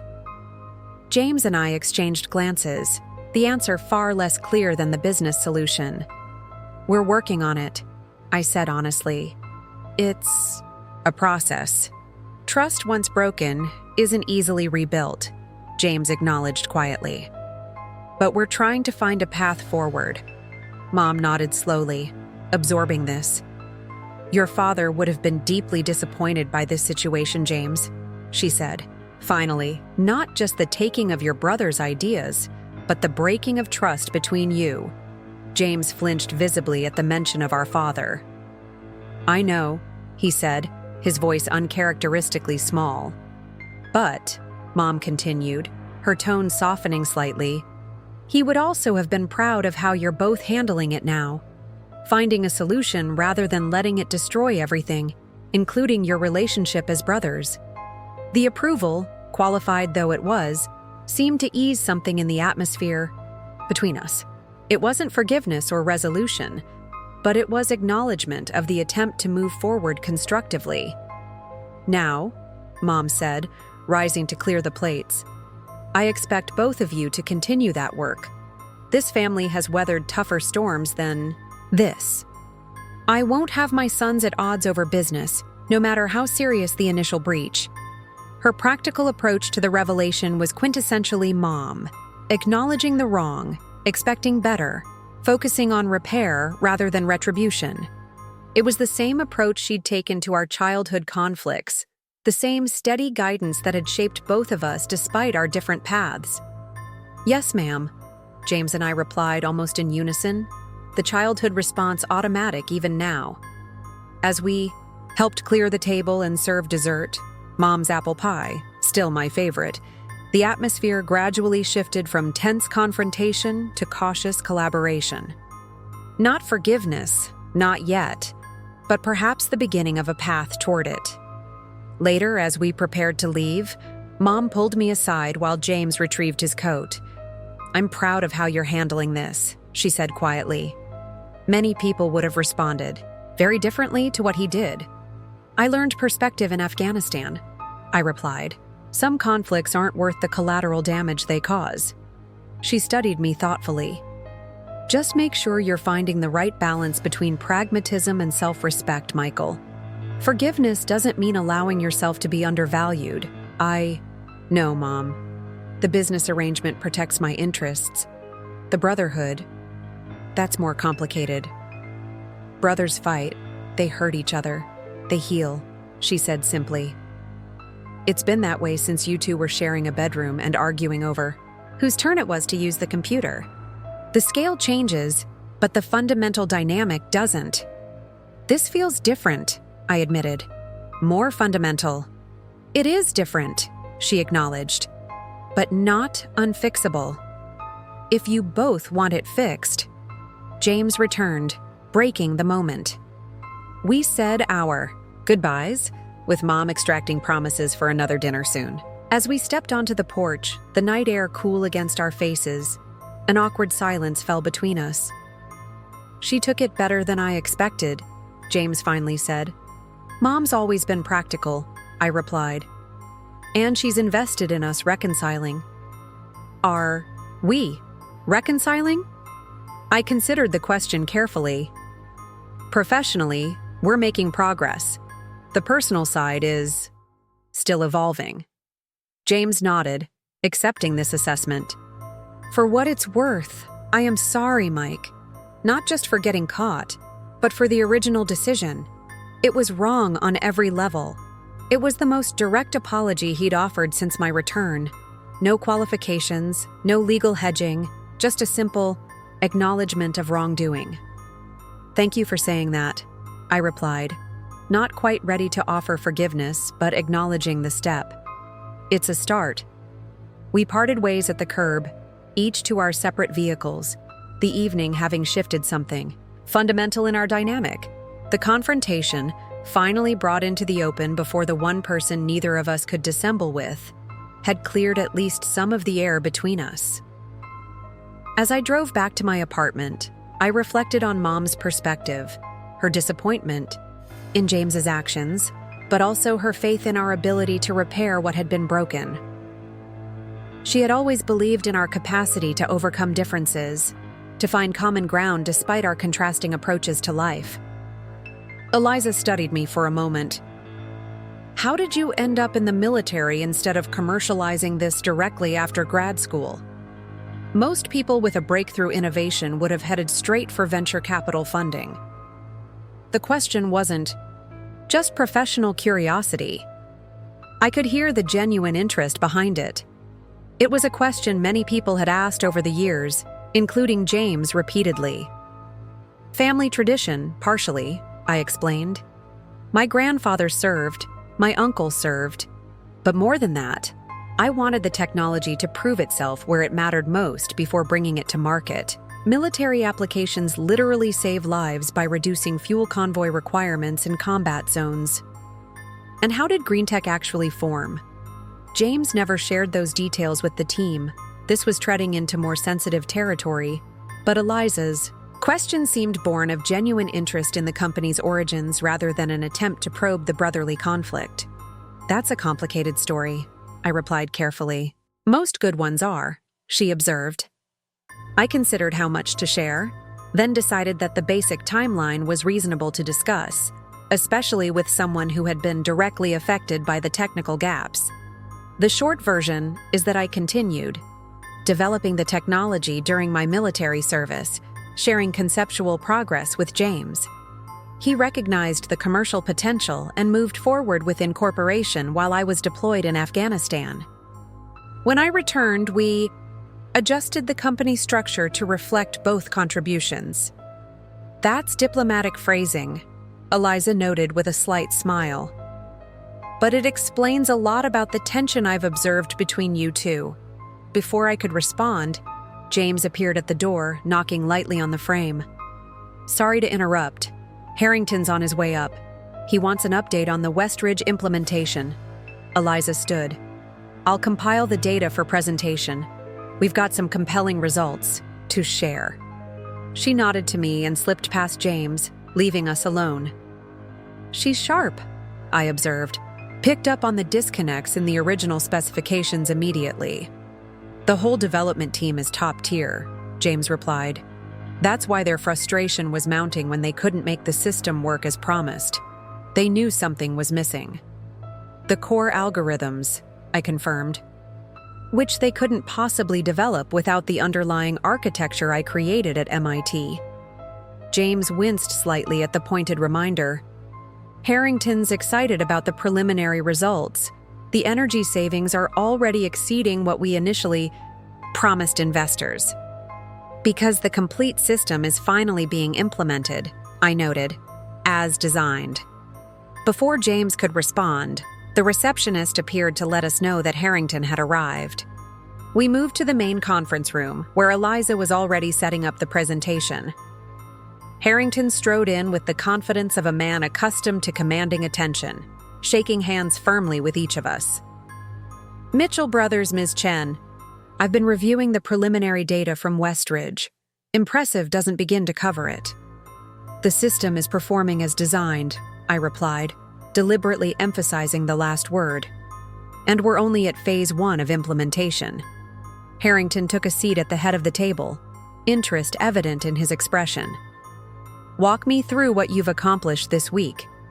Eliza led the technical portion of the presentation, displaying charts that showed the building's energy consumption before and after our system implementation. The differences were stark, not just in total usage, but in the optimization patterns throughout the day. The key innovation, she explained, is that the system doesn't just track usage and make rudimentary adjustments. It creates predictive models based on historical patterns and continuously refines those predictions through machine learning algorithms. Mike's algorithms, James added, again surprising me with the direct attribution.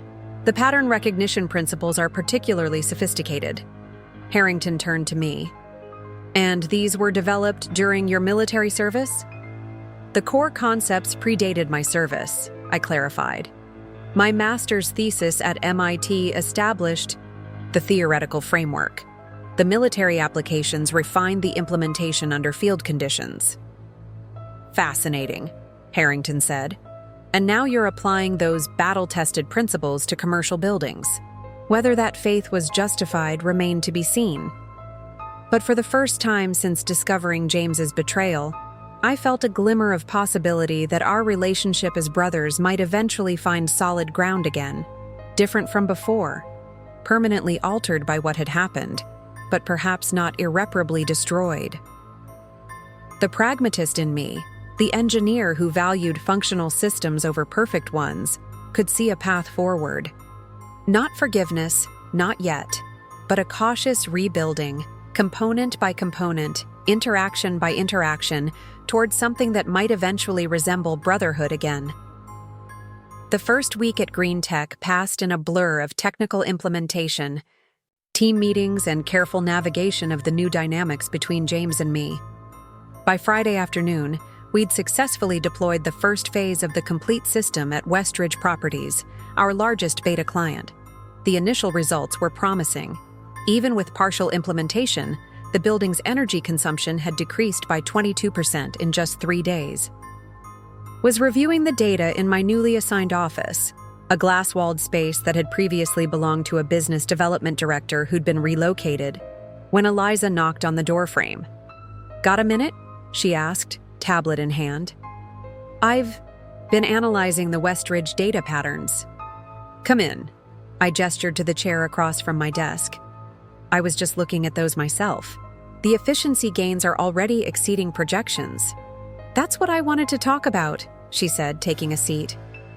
These algorithms are performing better in commercial applications than I would have expected from military-adapted technology. Usually, there's a significant calibration period when transitioning between such different environments. Her observation was astute. Most technology transfers from military to civilian applications required substantial reworking to account for different usage patterns and priorities. The core innovation wasn't military-specific, I explained. I developed the basic framework during grad school before my commission. The military applications came later. Eliza's eyebrows rose slightly. So, this predates your deployment by about 5 years, I confirmed. The concept was my master's thesis at MIT, Adaptive Resource Optimization through Predictive Usage Pattern Analysis. Not the catchiest title, but the principles were sound. You developed this as a graduate student? She sounded impressed. The theoretical framework, yes. The practical implementation evolved during my military service, when I was tasked with improving generator efficiency at forward operating bases. The basic concept was the same: predict usage patterns to optimize resource allocation, but the stakes were considerably higher. Eliza nodded thoughtfully. And James knew about this work from the beginning? The question bordered on personal territory, but her tone remained professional, focused on understanding the technology's history rather than the interpersonal dynamics. He was aware of the concept from my graduate work, I confirmed. Though his background in law meant he understood the business potential more than the technical implementation. This was putting it mildly. James had seen my thesis presentation and immediately recognized the commercial applications, even when I had been focused purely on the theoretical aspects.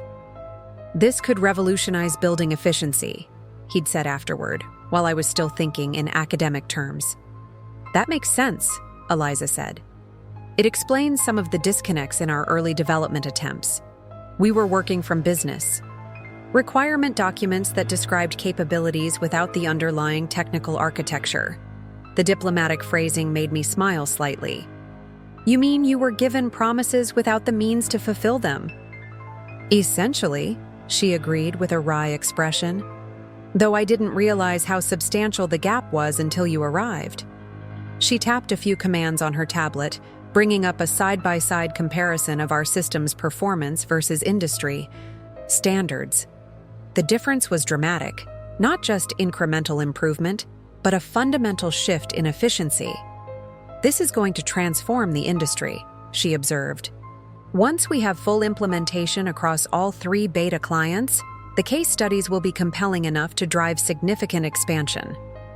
That was always the vision, I acknowledged. Energy management that doesn't just monitor but actively optimizes based on learned patterns. The underlying challenge is the same, I explained. Resource optimization through predictive modeling. Whether it's fuel for generators in Afghanistan or electricity for office buildings in downtown, the mathematical approach has the same foundation. As the meeting continued, I found myself reflecting on the journey that had led to this moment. From graduate theoretical work to practical military implementation to commercial application. It had never been a straight line, despite what my initial plans might have envisioned. After the meeting concluded, with Harrington clearly pleased by the progress, James suggested we grab dinner to celebrate the successful first week. To my surprise, I found myself accepting. Not out of brotherly reconciliation, but from a desire to more fully understand how we'd arrived at our current situation. We ended up at a quiet steakhouse a few blocks from the office, upscale but not ostentatious, with private booths that allowed for conversation without being overheard. Once we'd ordered and the waiter had departed, an awkward silence fell between us. Successful first week, James finally offered, raising his water glass in a small toast. Technically successful, I agreed, tapping my glass against his. The system is performing well. Better than well.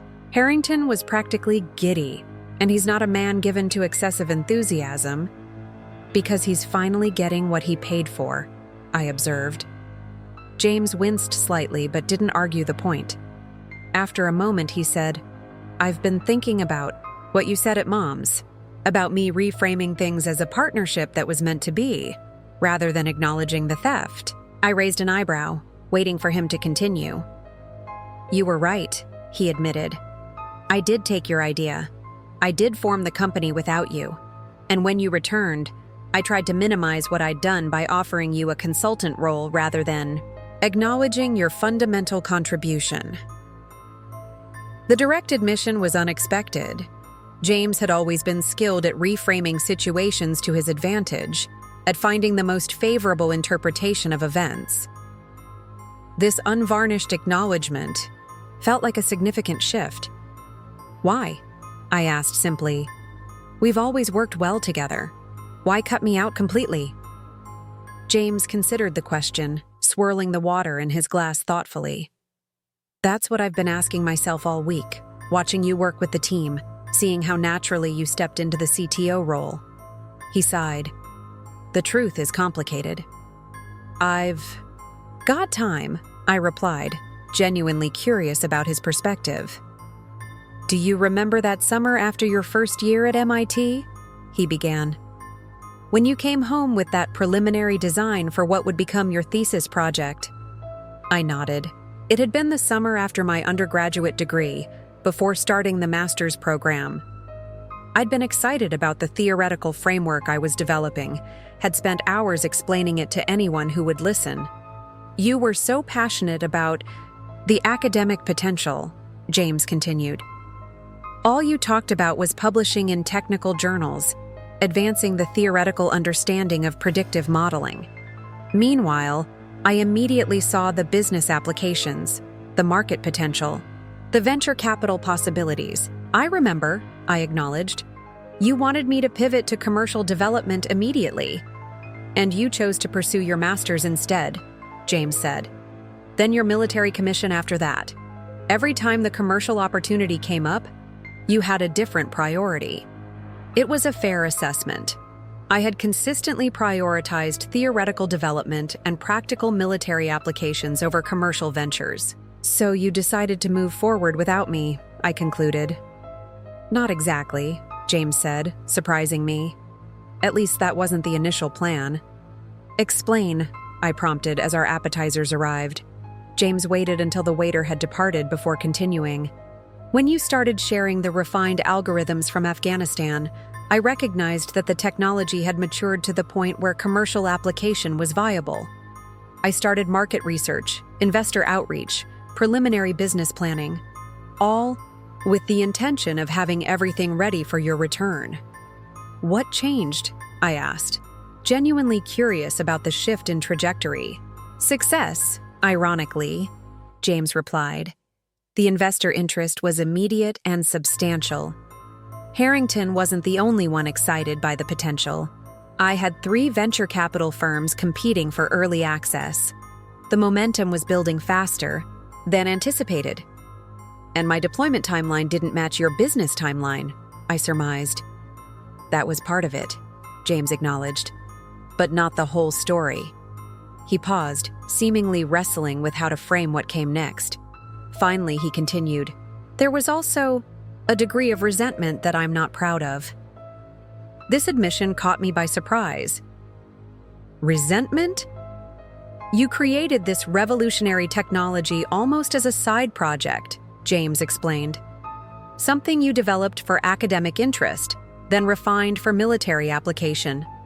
The commercial potential, the part that excited me most, was always secondary to you, an afterthought.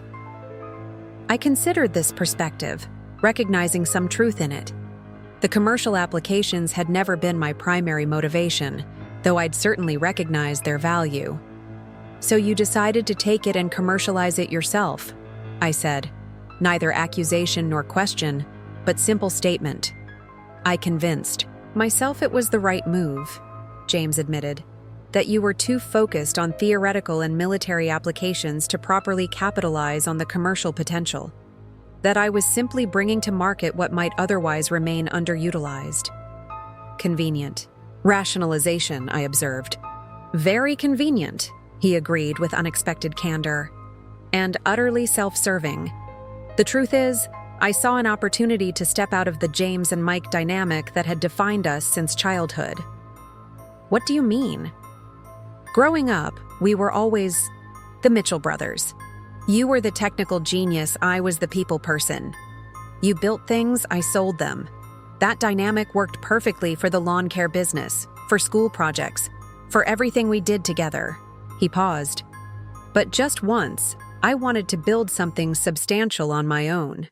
To not be the business guy to your technical guy. The admission was revealing. Our complementary skills had indeed created a natural partnership throughout our lives, but also defined roles that became expectations over time. So you took my technology to prove you could succeed without me, I summarized. To prove I could build something start to finish, James corrected, though the distinction was minimal. To be the founder, not the co-founder, the visionary, not just the business development arm of someone else's vision. Our main courses arrived, providing a momentary pause in the conversation. As we began eating, I considered James's explanation. There was a certain logic to it, even if the actions themselves remained fundamentally wrong. The irony, I finally said, is that you couldn't actually succeed without me. The technology doesn't work without the core algorithms I developed. A fact I discovered much too late, James acknowledged with a grimace. When the development team couldn't recreate the predictive elements from the conceptual descriptions alone. You needed the technical guy after all, I observed. I needed my brother, James corrected quietly. Not just for his algorithms, but for his approach to problem solving, his attention to detail, his insistence on building things properly rather than just quickly. The distinction felt important, though I wasn't yet ready to fully accept it. When exactly did you realize you couldn't deliver what you'd promised? I asked. About 3 months ago, James admitted, when the first beta deployments showed only marginal improvements over standard systems. Eliza came to me with concerns that something fundamental was missing from the specifications. That's when I started to understand how little I truly grasped of the core innovation. And yet you continued taking investment, making promises to clients. I convinced myself we could reverse engineer the solution, James said, that with enough development resources, we could recreate what was missing. Which Eliza told you was impossible without the architectural foundation, I guessed. She tried to, James confirmed. But I didn't want to hear it. Couldn't afford to hear it with investors expecting results and clients waiting for deployment. So, you kept pushing forward on a track you knew was fundamentally flawed, hoping for a miracle. And then you returned, James said, with the complete solution on your encrypted drives. Convenient timing, I observed. Salvation timing, he corrected. Though I wasn't prepared to admit that when I sent those incorporation papers. I still thought I could find a way to make it work without revealing the fundamental problem, the coy. Candid admission of the thought process behind his actions was illuminating, if not exculpatory. I could follow the chain of decisions, the gradual progression from opportunity to deception, each step rationalizing the next. Let me ask you something, I said after a thoughtful pause. If the development team had somehow managed to recreate the core algorithms, if they'd solved the technical problems without me, would you have ever told me what you did? James looked down at his plate, silent for a long moment.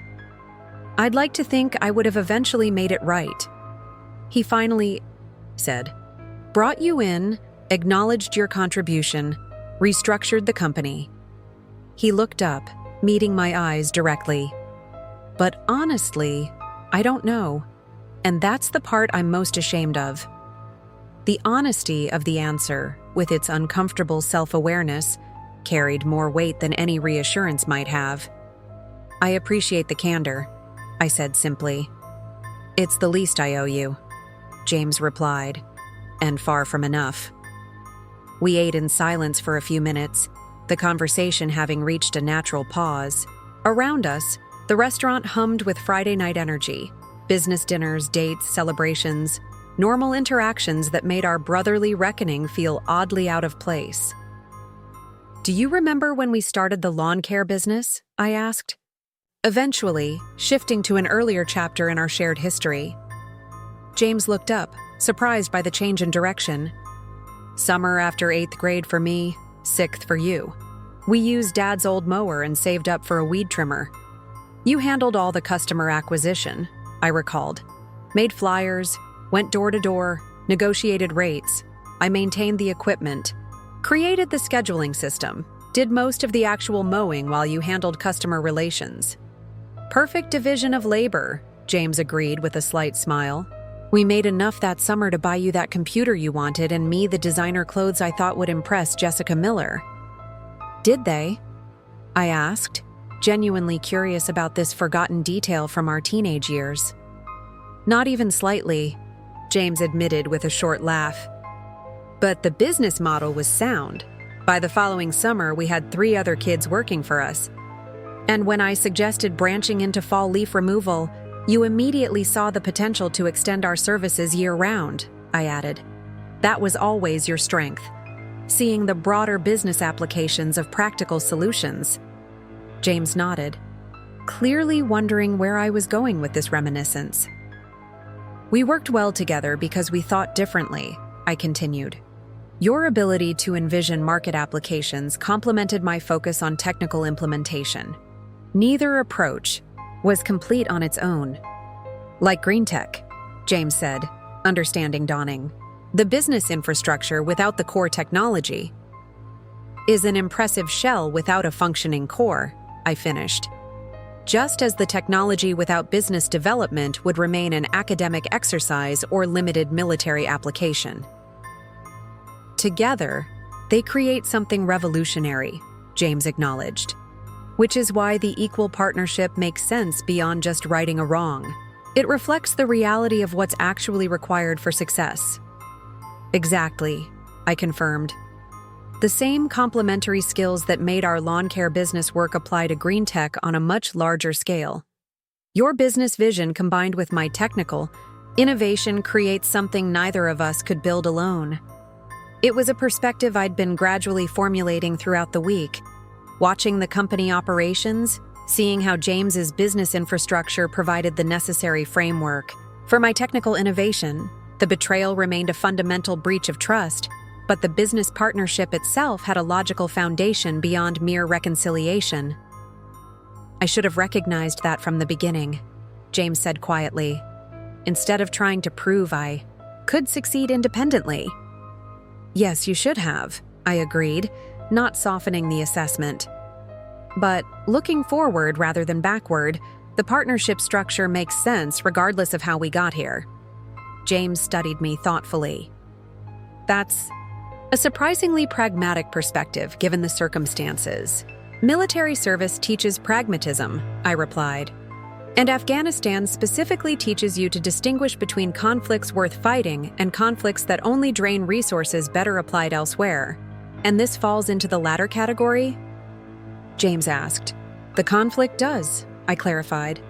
"The business partnership doesn't. That has demonstrated value worth building on, regardless of its problematic origins." James nodded slowly, processing this distinction. "So, where does that leave us? As brothers? I mean, not just business partners."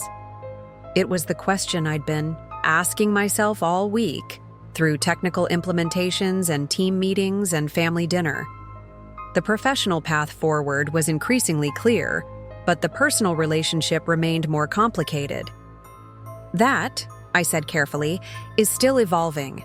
Trust isn't rebuilt overnight, especially not after a deliberate betrayal." "But it can be rebuilt?" The question held more vulnerability than I'd heard from James in years. "Potentially," I acknowledged. "Through consistent actions over time, not just words or short-term corrections." It wasn't the full reconciliation James might have hoped for, but it was an honest assessment of the possible path forward, neither premature forgiveness nor permanent estrangement, but a cautious rebuilding predicated on demonstrated change. "I can work with that," James said after a moment. It's more than I deserve, given what I did. It's not about what you deserve, I clarified. It's about what works going forward. For the business, for the family, for both of us individually. The pragmatic framing seemed to resonate with him. As we finished dinner and prepared to head our separate ways for the weekend, the atmosphere between us had shifted subtly. Not to the easy brotherhood of our past, but to something more considered, more intentional. A relationship being consciously reconstructed rather than simply assumed. Monday, we start implementation at the second beta site, James noted as we exited the restaurant. Harrington wants to observe the process personally. He's already talking about accelerating the full market launch based on the Westridge results. The technology is ready, I confirmed. As long as we maintain proper implementation protocols and don't rush the machine learning calibration phase. No shortcuts, James. Agreed. We do this right, even if it takes a little longer than marketing might prefer. It was a small acknowledgement, but a significant one. Prioritizing proper implementation over speed to market represented exactly the balance between technical integrity and business development that defined our complementary approaches. As we parted ways at the corner, James toward the parking garage where his BMW waited, me toward my apartment 6 blocks away, I reflected on the strange journey that had brought us to this point. From childhood lawn care partners to adversaries over stolen intellectual property to cautious business collaborators, the relationship had evolved in ways neither of us could have anticipated. The future remained uncertain, particularly on the personal front. But the path forward had at least become visible, a careful rebuilding of both business partnership and brotherly relationship, with clear-eyed recognition of past wrongs and pragmatic focus on future potential. Not forgiveness, not yet, but perhaps the beginning of something that might eventually lead there, one successful implementation at a time. 1 year after my return from Afghanistan, I sat across from James in GreenTech's boardroom. Our company had flourished despite its complicated beginnings.